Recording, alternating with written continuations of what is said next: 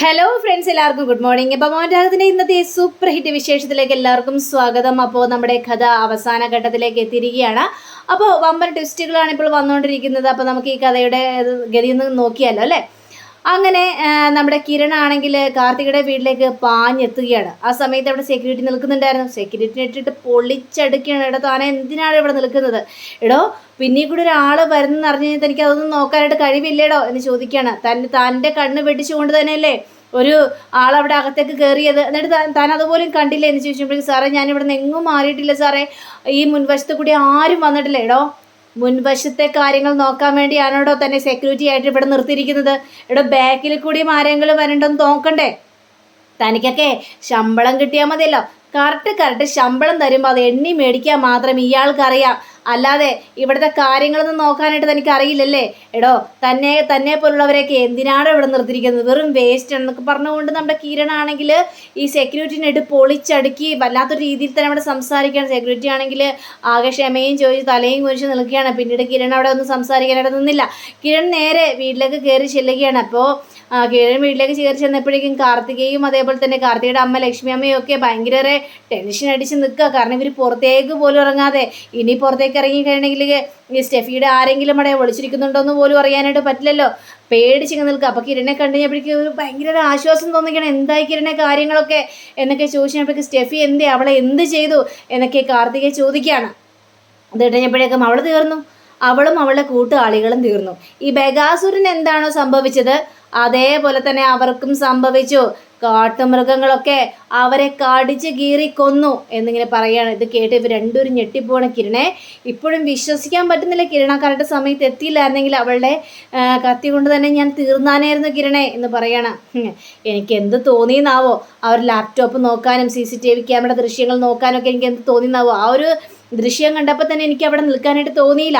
അതുകൊണ്ടാണ് ഓടിപ്പാഞ്ഞ് ഞാനിവിടെ വന്നത് എന്നൊരു സംസാരിക്കണം. എന്നാലും അവളില്ലേ ആ സ്റ്റെഫി ഭയങ്കര മനക്കെട്ടിയാണ് കേട്ടോ. അവള് ആ ഒരു ജയിലിൽ ചാടി ഇവിടെ വന്നിരിക്കുന്നു ഞങ്ങളെ എല്ലാവരെയും കൊല്ലാനായിട്ട്. അവളെങ്ങനെ ചെയ്യാതിരിക്കും? ഗംഗാപ്രസാദിനെ നമ്മളെല്ലാവരും കൂടി തീർത്ത കാര്യം അവൾക്ക് നന്നായിട്ട് അറിയാലോ. ഗംഗാപ്രസാദിനെ അത്രമേൽ സ്നേഹിച്ചവളാണ് ഈ സ്റ്റെഫി. അപ്പോൾ അവന് വേണ്ടി എന്ത് കാര്യം ചെയ്യാനായിട്ട് ഇവള് പുറപ്പെട്ടിറങ്ങും. എനിക്ക് നേരത്തെ അറിയാമായിരുന്നു ഈ കാര്യങ്ങളൊക്കെ. പക്ഷേ അവൾ ഏത് വഴി വരുന്നു, എങ്ങനെ വരുന്നു എന്നും പറയാനായിട്ട് പറ്റില്ലല്ലോ. അങ്ങനെ ഒരു സംശയം തോന്നിയതുകൊണ്ടാണ് ഞാൻ ആ ലാപ്ടോപ്പ് നോക്കിയത്. അപ്പോഴാണ് കാര്യങ്ങളെല്ലാം മനസ്സിലായത്. എന്തായാലും ബഗാസുരന് സംഭവിച്ചു തന്നെയാണ് ഇവിടെ സംഭവിച്ചിരിക്കുന്നത്. ഇനി നാളെ തന്നെ TV-യിലും ന്യൂസിലും കാര്യങ്ങളൊക്കെ വരിക തന്നെ ചെയ്യും എന്നൊക്കെ കിരണിങ്ങനെ പറയുകയാണ്. അപ്പോഴും കാർത്തികയുടെ വിറകിൽ അങ്ങോട്ട് നിന്നിട്ടില്ല. അപ്പോൾ നമ്മുടെ ലക്ഷ്മിയമ്മ പറയാണ്, മോനെ നിന്നോട് എത്ര നന്ദി പറഞ്ഞാലും മതിയാവില്ല. കാരണം ഞങ്ങളുടെ ജീവനാണ് നീ രക്ഷപ്പെടുത്തിയിരിക്കുന്നത്. ഇവിടെ വന്നതിന് ശേഷം ഞങ്ങൾക്ക് വേണ്ടി എന്തെല്ലാം ഉപകാരങ്ങളാണ് നീ ചെയ്തിട്ടുള്ളത്. ഗംഗാപ്രസാദിനെ ഇല്ലാതാക്കി, അതേപോലെ തന്നെ ഇപ്പോഴും വലിയൊരു അപകടത്തിൽ നിന്നല്ലേ ഞങ്ങളെല്ലാവരെയും രക്ഷിച്ചിരിക്കുന്നതെന്ന് പറയാണ് ലക്ഷ്മിയമ്മ. ഇതൊക്കെ എൻ്റെ ഉത്തരവാദിത്തമാണ് ലക്ഷ്മിയമ്മ. എൻ്റെ ഭാര്യയുടെ ചേച്ചിയാണ് കാർത്തിക. അപ്പോൾ എനിക്ക് ആ കാര്യങ്ങൾ നോക്കിയല്ലേ മതിയാവുള്ളൂ. ആ രീതിയിൽ ഞാൻ ചെയ്തു, അത്രയും മാത്രമേ ഉള്ളൂ എന്നൊക്കെ ഇങ്ങനെ പറയാണ്. പക്ഷേ ലക്ഷ്മിയമ്മേ, അവളെ സ്റ്റെഫിയെ മൃഗങ്ങളെല്ലാം കടിച്ചു കൊല്ലുമ്പോഴേ എൻ്റെ മനസ്സിന് വല്ലാത്തൊരു സങ്കടമായിരുന്നു. നല്ല പെൺകുട്ടിയാണല്ലോ എന്നോർത്തിട്ട്. അതെന്താ മോനെ നീ അങ്ങനെ പറഞ്ഞത്? അവളെ നല്ല പെൺകുട്ടി എന്നൊക്കെ പറഞ്ഞത്? അതെ, ഞാൻ പറഞ്ഞ സത്യം തന്നെയാ. അല്ലെങ്കിൽ അങ്ങനെയല്ലേ? അവൾ നല്ല കുടുംബത്തിൽ ജനിച്ചു, നല്ല രീതിയിൽ തന്നെ മുന്നോട്ട് പോകുന്നു. പക്ഷേ ഗംഗാപ്രസാദിനെ പോലും ഒരുത്തനെ പ്രണയിച്ചു എന്നൊരു തെറ്റ് മാത്രമേ അവൾ ചെയ്തുള്ളൂ. പക്ഷെ അവൻ എന്താണ് ഏതാണ് എന്നൊന്നും അവൾ അറിഞ്ഞില്ലായിരുന്നു. ധൈര്യമുള്ളൊരാണ് അവനെ അവൾ ഒരുപാട് സ്നേഹിച്ചതിൻ്റെ അർത്ഥമല്ലേ ഈ കാണിക്കുന്നത്. അവന് വേണ്ടി മരിക്കാൻ വേണ്ടി തയ്യാറായിട്ട് തന്നെയല്ലേ അവൾ വന്നത്. ഈ ബഗാസുരനില്ലേ, ആ ഹൈറ്റും വെയിറ്റും ഒക്കെ ഉള്ളെന്ന് മാത്രമേ ഉണ്ടായിരുന്നുള്ളൂ. ആ കാട്ടിക്കൊണ്ട് ഇട്ട് കഴിഞ്ഞപ്പോഴേക്കും അയാളെൻ്റെ കാല് പിടിച്ച് കരഞ്ഞു, എന്നെ ഒന്നും ചെയ്യല്ലേ, എന്നെ രക്ഷിക്കണേ, മൃഗങ്ങൾക്ക് ഇട്ട് കൊടുക്കല്ലേ എന്ന് പറഞ്ഞുകൊണ്ട് എൻ്റെ മുന്നിൽ അപേക്ഷിക്കുകയായിരുന്നു, എന്നെ ജീവൻ രക്ഷിക്കണമെന്ന് പറഞ്ഞുകൊണ്ട്. പക്ഷേ ഇവിടെ സ്റ്റെഫിക്ക് ഇങ്ങനെയല്ല സംഭവിച്ചത്. അവളുടെ മുഖത്ത് വല്ലാതൊരു വിളറിയൊരു അവസ്ഥയാണ് ഞാൻ കണ്ടത്. അവൾ ഭയങ്കര ധൈര്യമായിട്ട് അവിടെ തന്നെ എന്ത് വേണമെങ്കിലും സംഭവിച്ചോട്ടെ എന്ന രീതിയിലാണ് അവിടെ നിന്നത്. അപ്പോൾ അതിനർത്ഥം എന്താ? അവൾക്ക് മരിക്കാൻ പേടിയില്ല. ഗംഗാപ്രസാദിൻ്റെ അടുത്തേക്ക് തന്നെ പോയാൽ മതി എന്നാണ് അവളുടെ മനസ്സിലെ ആഗ്രഹം. അപ്പം ഞാനൊരു കാര്യം ചിന്തിച്ചു, അവൾ അത്രയും മാത്രം ഗംഗാപ്രസാദിനെ സ്നേഹിക്കുന്നുണ്ടെന്ന്. ഇത്രയും സ്നേഹിച്ച ഒരാണിന് വേണ്ടി ജീവൻ കളയുന്നൊരു ഒരു പെണ്ണും ഈ ലോകത്തുണ്ടാവില്ല എന്നിങ്ങനെ പറയുകയാണ് നമ്മുടെ കിരൺ. അപ്പോഴേക്കും കാർത്തികാണെങ്കില എന്തായാലും അവൾ ഗംഗാപ്രസാദിൻ്റെ അടുത്തേക്കല്ലേ പോയത്. പക്ഷെ ആ സമയത്തൊക്കെ എനിക്ക് വിളിച്ച് പറയണമെന്നുണ്ടായിരുന്നു ആ ഗംഗാപ്രസാദിൻ്റെ തനി ഗുണം. അവൻ നല്ലവനല്ലല്ലോ, കാരണം കാട്ടിൽ കയറി അമലുവിനെ ചതിച്ചിട്ടല്ലേ അവൻ നാട്ടിലേക്ക് വന്നത്. പക്ഷെ എനിക്കത് വേലുവിൻ്റെ മുന്നിൽ വെച്ച് പറയാനായിട്ട് പറ്റില്ലല്ലോ, വേലുവും കൂടെയുള്ളതല്ലേ. അതുകൊണ്ട് എന്തെങ്കിലും പറഞ്ഞു കഴിഞ്ഞാൽ വേലുവിനത് പ്രശ്നമാവില്ലേ. അതുകൊണ്ടാണ് ഞാൻ ക്ഷമിച്ചും സഹിച്ചൊക്കെ അങ്ങനെ നിന്നത്. പക്ഷേ അവളിനെ ഉയരോട് വിട്ടാൽ ശരിയാവില്ല. അവൾ മരിച്ചു കഴിഞ്ഞപ്പോഴേക്കും എനിക്ക് വല്ലാത്തൊരു സങ്കടമാണ് തോന്നിയത്. നല്ലൊരു പെൺകുട്ടിയാണല്ലോ ഈ ഭൂമി വിട്ട് പോകുന്നത് എന്നൊക്കെ ആലോചിച്ച് വളരെയേറെ സങ്കടം തോന്നിയെന്നൊക്കെ കിരൺ പറയുകയാണ്. ഏതായാലും നിങ്ങളിപ്പോൾ സേഫായി. ഇനി അവരെ കൊണ്ട് ഗംഗാപ്രസാദിനെ കുറിച്ചൊന്നും ഒരു ശല്യമില്ല. ഇനി ഗംഗാപ്രസാദിൻ്റെ മറ്റേതെങ്കിലും കൂട്ടാളികളൊക്കെ അവിടെ ഉണ്ടാകുമോ എന്നാണ് സംശയം. അങ്ങനെയൊന്നുമില്ല. ഗംഗാപ്രസാദിന് വേണ്ടി ചാകാൻ നടന്നത് ഇവള് മാത്രമാണ്, സ്റ്റെഫി. ബാക്കിയുള്ള ആൾക്കാരൊന്നും അങ്ങനെയല്ല. ഗംഗാപ്രസാദ് മരിച്ചു, ഇനി ഗംഗാപ്രസാദ് ഭൂമിയിൽ ഇല്ലെന്ന് അറിഞ്ഞു കഴിയുമ്പോഴേക്കും അവന് വേണ്ടി മറ്റുള്ളവരൊന്നും ചാകാൻ വേണ്ടി വരാനായിട്ടൊന്നും പോകുന്നില്ല. അതുകൊണ്ട് ബോംബെയിലാണെങ്കിലും ചെന്നൈയിലാണെങ്കിലും എവിടെയാണെങ്കിലും അവന് വേണ്ടി ഇനി മരിക്കാനായിട്ട് ആരും തയ്യാറായില്ല. ആ കാര്യത്തെക്കുറിച്ച് ഓർത്തൊന്നും പേടിക്കേണ്ട കിരൺ എന്ന് പറയാണ്. അത് തന്നെയാണ് എൻ്റെയും മനസ്സിൽ. ഇനി ആരും വരില്ലെന്ന് തന്നെയാണ് എൻ്റെയും പ്രതീക്ഷ എന്ന് കിരൺ അവിടെ സംസാരിക്കുകയാണ്. ഏതായാലും നിങ്ങൾ ധൈര്യമായിട്ടിരിക്കും, ഞാൻ പോവുകയാണെന്നും പറഞ്ഞുകൊണ്ട് കിരൺ അവിടെ നിന്ന് പോവുകയാണ്. അപ്പോൾ കിരൺ അവിടെ നിന്ന് പോയി നമ്മൾ പിന്നീട് കാണിക്കുന്നത് ഈ നമ്മുടെ കല്യാണിയെയും അതേപോലെ തന്നെ കാദംബരിയാണ്. അപ്പോൾ കല്യാണിക്കാണെങ്കിൽ ആകെ ടെൻഷൻ. ഇതുവരെയും കിരൺ തിരിച്ചെത്തിയിട്ടില്ല. പേടിച്ച് വിറച്ച് വല്ലാത്തൊരവസ്ഥയിലേക്ക് നിൽക്കുകയാണ്. അപ്പോഴാണ് നമ്മുടെ കിരൺ വരുന്നത്. അപ്പോൾ കിരണിനെ കണ്ടു കഴിഞ്ഞപ്പോഴേക്കും കാദംബരി ചേച്ചി കിരണേട്ടൻ വരുന്നുണ്ടെന്ന് പറയാം. അങ്ങനെ കിരൺ കാറിൽ നിന്ന് ഇറങ്ങുകയാണ്.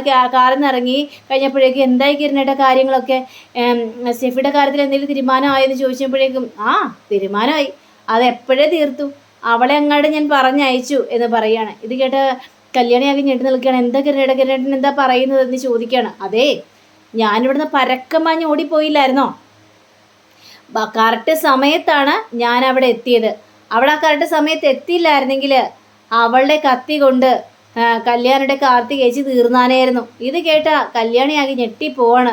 ദൈവമേ, എന്നിട്ട് കാർത്തികേച്ചിക്ക് ഒരു പരിക്ക് പോലും സംഭവിച്ചില്ലല്ലോ? ഇല്ലെന്നേ, അതിനു മുമ്പ് തന്നെ അവിടെ ഞാൻ എത്തി അവളുടെ കയ്യിൽ നിന്ന് വെച്ച കത്തി തട്ടിത്തെറിപ്പിക്കുകയാണ് ചെയ്തത്. പിന്നീട് അതിനുശേഷം അവളുടെ കൈയും കാലും കെട്ടി വായയിൽ തുണിയും തിരികെ വെച്ച് നേരെ കാട്ടിലേക്ക് കൊണ്ടുപോയി. പിന്നെ 4 പേരെയും അവിടെ വെച്ച് ഞാൻ ചേർത്തു. 4 പേരോ? അതാരാണ് കിരണേട്ടാ 4 പേര് എന്നൊക്കെ ചോദിച്ചപ്പോഴേക്കും അത് ഒന്ന് സ്റ്റെഫി, ബാക്കി 3 പേര് അവളുടെ കൂട്ടാളികൾ, അവൾക്ക് വേണ്ടി എന്തും ചെയ്യാൻ നടക്കുന്ന 3 കൂട്ടാളികൾ. ബഗാസുരൻ എന്താണോ സംഭവിച്ചത് ആ രീതിയിൽ തന്നെ അവർക്കും സംഭവിച്ചു. കാട്ടുമൃഗങ്ങളെ കാടിച്ച് കീറി കൊന്നു എന്നിങ്ങനെ പറയുകയാണ്. ഇതൊക്കെ കേട്ട് കഴിഞ്ഞപ്പോഴേക്കും ആകെ ടെൻഷൻ അടിച്ച് വല്ലാത്തൊരവസ്ഥ നിൽക്കുകയാണ് നമ്മുടെ കല്യാണി. ഇനി പേടിക്കണ്ട. അപ്പം നമ്മുടെ രതീഷും പറയാണ്, അതെ, അതെല്ലാം സംഭവിച്ചു. അതല്ല കിരണേട്ട, ഇനിയിപ്പോൾ പോലീസുകാരെ അന്വേഷണത്തിന് വേണ്ടി വല്ല വരുമോ? അയാൾ ഇനി വരാനൊന്നും പോകുന്നില്ലെന്നേ, ആ CI എല്ലാം അവസാനിപ്പിച്ച കാര്യമാണ്. അപ്പോഴേക്കും രതീഷാണെങ്കിലേ, ഇനി അഥവാ എന്തെങ്കിലും ഉണ്ടെങ്കിൽ ഞാനും വേലും ഈ കുറ്റം ഏറ്റെടുത്തോളാന്നൊക്കെ ഞങ്ങൾ പറഞ്ഞിട്ടുണ്ട്. ഞങ്ങൾക്കതിന് യാതൊരു പേടിയില്ല. ഇവരൊക്കെ ഈ ഭൂമിയിൽ ജീവിച്ചിരിക്കുന്നതിനേക്കാൾ നല്ലത് മരിക്കുന്നത് തന്നെയാണ് എന്നൊക്കെ രതീഷും പറയാണ്. അപ്പോൾ കല്യാണിയോട് നമ്മുടെ കിരണാണെങ്കിൽ, കല്യാണി ഭയങ്കര വിശപ്പുണ്ട്, ഇന്നലെ മുതൽ ഒന്നും കഴിച്ചിട്ടില്ല, അവളെ തീർക്കുക എന്നുള്ള ഒരൊറ്റ ലക്ഷ്യത്തോടു കൂടി തന്നെ നടക്കുകയായിരുന്നു. അതുകൊണ്ട് നന്നായിട്ടൊന്ന് കഴിക്കണം, ഞങ്ങളൊന്ന് ഫ്രഷ് ആയിട്ട് വരട്ടെ എന്ന് പറഞ്ഞുകൊണ്ട് പോവുകയാണ്. അപ്പോൾ കാദംബരി ആണെങ്കിൽ, കല്യാണി നമുക്ക് അവർക്ക് നന്നായിട്ട് തന്നെ എന്തെങ്കിലുമൊക്കെ ഭക്ഷണങ്ങൾ ഉണ്ടാക്കി കൊടുക്കണം, നീയും വാ കല്യാണി എന്ന് പറഞ്ഞുകൊണ്ട് കാദംബരി അവിടെ നിന്ന് പോവുകയാണ്. കല്യാണിക്ക് അപ്പോഴും ടെൻഷനുകൾ മാറിയിട്ടില്ല.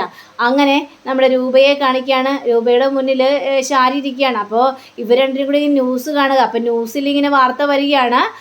വാർത്ത വന്നു കഴിഞ്ഞപ്പോഴേക്കും ഇതിൽ പറയുന്നത് 4 പേരെ ഈ മൃഗങ്ങൾ കടിച്ചു കീറി കൊന്ന രീതിയിലാണ് അവിടെ അവശിഷ്ടങ്ങൾ ഉണ്ടായിട്ടുള്ളത് എന്നൊക്കെ പറഞ്ഞുകൊണ്ട് ന്യൂസിലെ വിശദമായ കാര്യങ്ങൾ മുഴുവൻ അവിടെ പറയുകയാണ്. ഇത് കേട്ടത് നമ്മുടെ ഈ ശാരിയാണെങ്കിൽ, അയ്യോ എൻ്റെ ദൈവമേ, രാഹുലേട്ടന് സംഭവിച്ചതുപോലെ തന്നെയാണല്ലോ ഇവിടെ സംഭവിച്ചിരിക്കുന്നത്. മൃഗങ്ങളെല്ലാം കടിച്ചു കീറി കൊന്നിരിക്കുകയാണല്ലോ. അപ്പോൾ രൂപയും അതേപോലെ തന്നെ നമ്മുടെ CS ഒക്കെ ഉണ്ട് അവിടെ. ഇപ്പം കാട്ടിൽ ആരൊക്കെയാണ് വന്നതെന്ന് നമുക്കറിയാൻ പറ്റില്ലല്ലോ. ഇനി ആ സ്റ്റെഫി വല്ലതാണെങ്കിലും ആ കൂട്ടത്തിലുള്ളത്. എന്താ നിനക്കതിനെന്താ ഇത്ര ഉറപ്പ്? അല്ല, എനിക്ക് ഉറപ്പൊന്നുമില്ല, ഞാൻ പറഞ്ഞതേ ഉള്ളു. അല്ല, രാഹുലേട്ടൻ്റെ മരണ ആ സ്ഥലത്ത് തന്നെയാണല്ലോ ഇവർ മരിച്ചിരിക്കുന്നത്. അപ്പം സ്റ്റെഫി ആണല്ലോ ഒരു ദുഷ്ടത്തിയായിട്ട് നടന്നത്. അതുകൊണ്ട് സ്റ്റെഫി ആണോ എന്നെനിക്കൊരു സംശയം. ആണെങ്കിൽ നിനക്കൊരു സംശയം ഉണ്ടെങ്കിലേ അത് മനസ്സിൽ തന്നെ വെച്ചാൽ മതി. അത് നീ ഇങ്ങോട്ട് പുറത്തോട്ട് എടുക്കേണ്ട ആവശ്യമൊന്നുമില്ല. അയ്യോ, ഞാനെന്തിനാ പുറത്തോട്ട് എടുക്കുന്നത്? എനിക്കതിന് യാതൊരു കുഴപ്പമില്ല. അപ്പോഴേക്കും സി എസ് ആണെങ്കിൽ രൂപ നീ ഇങ്ങോട്ട് വന്നേന്നും പറഞ്ഞുകൊണ്ട് സി എസും രൂപയും കൂടി സംസാരിക്കുകയാണ്. അതെ രൂപേ, ഇപ്പോൾ അവിടെ സംഭവിച്ചിരിക്കുന്നത് സ്റ്റെഫിക്കാണോ മരണമെന്നാണ് ഇപ്പം നമുക്ക് ഡൗട്ടായിട്ടിരിക്കുന്നത്. കാരണം സ്റ്റെഫി ആണല്ലോ അവളുടെ വീട്ടിൽ, കാർത്തികയുടെ വീട്ടിൽ കൊല്ലാനായിട്ട് കയറിയത്. അപ്പോൾ അവൾ തന്നെയാണോ ഇതിന് പിന്നിൽ നമ്മുടെ മോൻ തന്നെയാണോ എന്നെനിക്കൊരു സംശയമുണ്ടെന്ന് പറയണം. ഇത് കേട്ട രൂപയാണെങ്കിൽ ആകെ പേടിച്ച് നിൽക്കുകയാണ്. ചന്ദ്രേട്ട, ഇനിയിപ്പോൾ പോലീസുകാർ ഇതിൻ്റെ പിന്നിൽ ഇറങ്ങുമെന്ന് എനിക്കൊരു പേടിയുണ്ട്. എന്ത് പേടി? ഒരു പേടിയില്ല. അതിനെക്കുറിച്ച് ഒന്നും പേടിക്കേണ്ട ആവശ്യമൊന്നുമില്ല. ഇനി അയാൾ കിരണിൻ്റെ പിന്നാലെ നടക്കില്ലെന്നേ. ആദ്യം ഒരു കേസ് അന്വേഷിച്ചാണല്ലോ, അതിൻ്റെ യഥാർത്ഥ കൊലയാളി ആരാണെന്നും കണ്ടെത്തി. അത് മനോഹറാണെന്ന് എല്ലാവരുടെ മുന്നിൽ തെളിയുകയും ചെയ്തു. ആ ഒരു കേസ് അതോടെ അവസാനിപ്പിച്ചു. ഇനി ഇതിൻ്റെ പിന്നിലെ നടക്കില്ലെന്ന് തന്നെയാണ് എൻ്റെ വിശ്വാസം എന്നിങ്ങനെ പറയുകയാണ്. അങ്ങനെ നമ്മുടെ സി ഐയെ കാണിക്കുകയാണ്. അപ്പോൾ സി ഐ ആണെങ്കിൽ കിരണിൻ്റെ മുന്നിലേക്ക് ചെന്നിരിക്കുകയാണ്. എന്താണ് കിരണേ, ഇപ്പോൾ സ്റ്റെഫിയും കൂട്ടാളികളൊക്കെ മൃഗങ്ങൾ കടിച്ചു കീറിക്കൊന്നൊരവസ്ഥയിൽ നിൽക്കുകയാണല്ലോ. ഇതിന് പിന്നിൽ ആരാണ് കളിച്ചതെന്നൊക്കെ എനിക്ക് നന്നായിട്ട് തന്നെ അറിയാം കിരണേ. പക്ഷേ ആ കേസിന് പിന്നാലെ ഞാൻ പോവില്ല. കാരണം ഇതിന് ആരും പരാതി തന്നിട്ടില്ലല്ലോ. അഥവാ ഇനിയിപ്പോൾ പരാതി തന്നാലും ഞാനത് വലിയ കൂടുതലായിട്ട് അന്വേഷിക്കുന്നില്ല. ഇവരൊക്കെ മരിക്കേണ്ടവരാണ്. ആ സ്റ്റെഫി ജയിലിൽ ചാടിയപ്പോൾ തന്നെ എനിക്ക് മനസ്സിലായായിരുന്നു ഇങ്ങനെ എന്തെങ്കിലും സംഭവിക്കുമെന്ന്. അതേപോലെ തന്നെ സംഭവിക്കുകയും ചെയ്തല്ലോ കിരണേ. താൻ പേടിക്കേണ്ട കിരണേ എന്ന് പറയാണ്. സാറേ, എനിക്ക് പറയാനാണെങ്കിൽ ഒത്തിരി കാര്യങ്ങൾ എനിക്ക് പറയാനുണ്ട് സാറേ. പക്ഷേ ഈ ഒരു സാഹചര്യത്തിൽ സാറിനോട് എനിക്കൊന്നും തുറന്നു പറയാനായിട്ട് പറ്റില്ല എന്നിവിടെ ഇങ്ങനെ കിരൺ പറഞ്ഞു കഴിഞ്ഞപ്പോഴേക്ക് വേണ്ടോ താനെന്തിനാ ടെൻഷനാവുന്നത്? താനൊന്നും പറയണ്ട. ഞാൻ ഈ കേസിന് പിന്നാലെ പോകത്തേയില്ല. ഇത് അതിൻ്റെ വഴിക്ക് പോട്ടേന്നേ. ടൂറിസ്റ്റുകൾ വന്നു, മരിച്ചു, മൃഗങ്ങൾ കടിച്ചു കീറിക്കൊന്നു, ആ ഒരു ഇതേ ഉണ്ടാകാൻ പോകുന്നുള്ളൂ. അല്ലാതെ ഇതിന് തെളിവെടുപ്പെടുന്ന് നടക്കാനായിട്ട് പോകുന്നില്ല. അങ്ങനെ എത്രയോ പേര് ആ കാട്ടിൽ വന്ന് മൃഗങ്ങളുടെ കടിയേറ്റു മരിക്കുന്നുണ്ട്. അതേപോലെ തന്നെ ഇതും മുന്നോട്ട് പോകുക തന്നെ ചെയ്യുമെന്ന് പറയാണ്. ശരി സാറേ, എങ്കിൽ പിന്നെ എനിക്ക് പോയിട്ട് വേറെ ചില പണികളൊക്കെ ഉണ്ട് എന്നൊക്കെ പറഞ്ഞുകൊണ്ട് നമ്മുടെ കിരൺ അവിടെ നിന്ന് പോവുകയാണ്. അങ്ങനെ കിരൺ നേരെ ഈ കിരണിൻ്റെ വീട്ടിലേക്ക് ചെല്ലുകയാണ്. അപ്പോൾ ശാരിയാണെങ്കിൽ എന്തൊക്കെ ഇങ്ങനെ ആലോചിച്ചുകൊണ്ടിരിക്കുക. ആ സമയത്ത് കിരണിനെ കണ്ടു കഴിഞ്ഞപ്പോഴേക്ക് കിരൺ മോനെ നീ അറിഞ്ഞായിരുന്നോ? ദേ ആ രാഹുലേട്ടൻ മരിച്ച ആ സ്പോട്ടിൽ തന്നെ ദേ ബാക്കിയുള്ളവരും മരിച്ചിട്ടുണ്ട്. അത് ആ സ്റ്റെഫിയും കൂട്ടാളികളൊക്കെയാണെന്നാണ് വാർത്തയിലൊക്കെ പറയുന്നത്. ദൈവമേ, ഇതൊക്കെ എങ്ങനെ സംഭവിച്ചു മോനെ? ഇനിയിപ്പോൾ ആരെങ്കിലും കൊന്നു തള്ളിയതായിരിക്കോ? ഇതൊക്കെ ആൻറ്റിക്ക് അതിനറിയാം. ആൻറ്റി എന്തിനാ ഇതിനെക്കുറിച്ച് വിശദമായിട്ട് അന്വേഷിക്കുന്നതെന്ന് ചോദിച്ചപ്പോൾ അയ്യോ മോനെ, ഞാൻ വിശദമായിട്ടൊന്നും അന്വേഷിച്ചില്ല. അപ്പോൾ രൂപം എന്ന് പറയണം, അങ്ങനെയാണെങ്കിൽ നിനക്ക് എന്തെങ്കിലും നഷ്ടമുണ്ടോ? അയ്യോടാ, എനിക്കെന്ത് നഷ്ടം? എനിക്കൊരു നഷ്ടവുമില്ല. അവരൊക്കെ മരിക്കേണ്ടവരാണല്ലോ. അപ്പോഴേക്കും കിരണാണെങ്കിൽ അമ്മ അച്ഛ ഒന്ന് വന്നേന്ന് പറഞ്ഞുകൊണ്ട് വിളിച്ചുകൊണ്ട് പോവാണ്. അപ്പോഴേക്ക് ശാരിയാണെങ്കിൽ വിളിച്ചുകൊണ്ട് പോയിരിക്കുന്നു. ഞാൻ കേൾക്കാതിരിക്കാനാ വിളിച്ചുകൊണ്ട് പോയത്. നീയൊക്കെ പറഞ്ഞില്ലെങ്കിലും എനിക്കറിയാടാ ഈ കൊലപാതകത്തിന് പിന്നിലും നീയാണെന്ന്. വാ തുറക്കാൻ പറ്റില്ലല്ലോ. അങ്ങനെ കിരണാണെങ്കിൽ ഇവർ രണ്ടുപേരുടെ മുന്നിൽ സംസാരിക്കുകയാണ്. അതെ അച്ഛാ, ആ സ്റ്റെഫിയും കൂട്ടാളികൾ തന്നെയാണ്.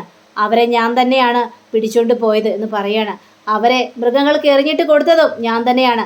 ആ ബേഗാസുരന് എന്താണ് സംഭവിച്ചത് അത് തന്നെയാണ് ഇവർക്ക് സംഭവിച്ചിരിക്കുന്നത്. അങ്ങനെയല്ലേ വേണ്ടാച്ച മോനെ, നീ മിടുക്കനാടാ. എടാ, നീ ഇങ്ങനെ ചെയ്തില്ലായിരുന്നെങ്കിൽ ഇതിനു വേണ്ടി ചെയ്യാൻ വേണ്ടി ഞാൻ മുൻകൈ എടുത്ത് ഇറങ്ങിയിരിക്കുകയായിരുന്നു ആ സ്റ്റെഫിയെ അവസാനിപ്പിക്കണമെന്നും പറഞ്ഞുകൊണ്ട്.